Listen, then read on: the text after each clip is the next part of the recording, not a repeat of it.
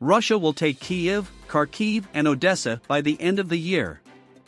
The leader of the Russian region of Chechnya has suggested that Moscow has the capacity to seize control of 3 major Ukrainian cities by the end of the year.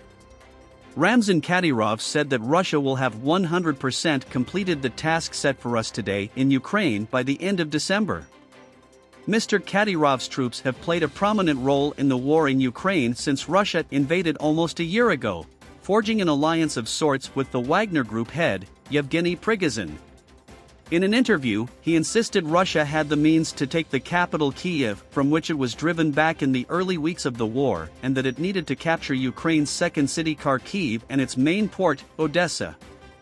"I believe that, by the end of the year, we will 100% complete the task set for us today," he said. With neither side prepared for concessions, there has appeared to be little prospect of peace talks since the early months of the war.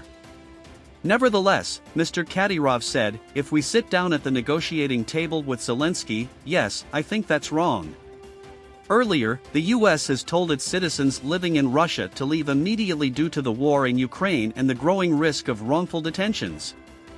US citizens residing or traveling in Russia should depart immediately, the embassy in Moscow said. Exercise increased caution due to the risk of wrongful detentions. The US has repeatedly warned its citizens to leave Russia, the last such statement coming in September after Vladimir Putin called for partial mobilization.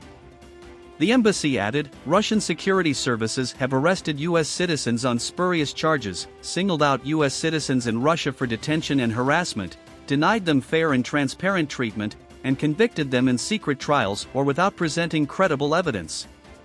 Russian authorities arbitrarily enforce local laws against US citizen religious workers and have opened questionable criminal investigations against US citizens engaged in religious activity.